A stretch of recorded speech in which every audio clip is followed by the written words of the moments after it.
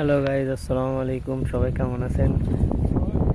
এখন আমরা ওই মুরগির ফার্ম থেকে কাজ শেষ করে এখন সময় পাইছি, তাই এখন আমরা আসছি একই মালিকের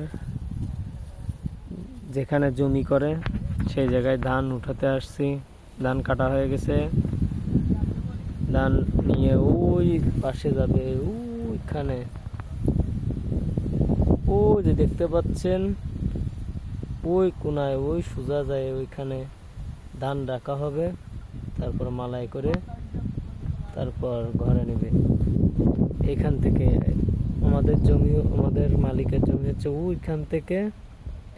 ওইখান থেকে এই শেষ পর্যন্ত, শেষ হচ্ছে এইখানে, শেষ হচ্ছে ওই এই মাথায়।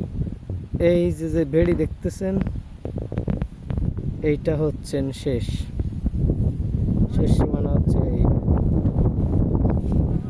আমরা একেবারে খোলা আকাশে, অনেক বাতাস হচ্ছে এখন। আমরা এখানে এসে কাজ করতেছি।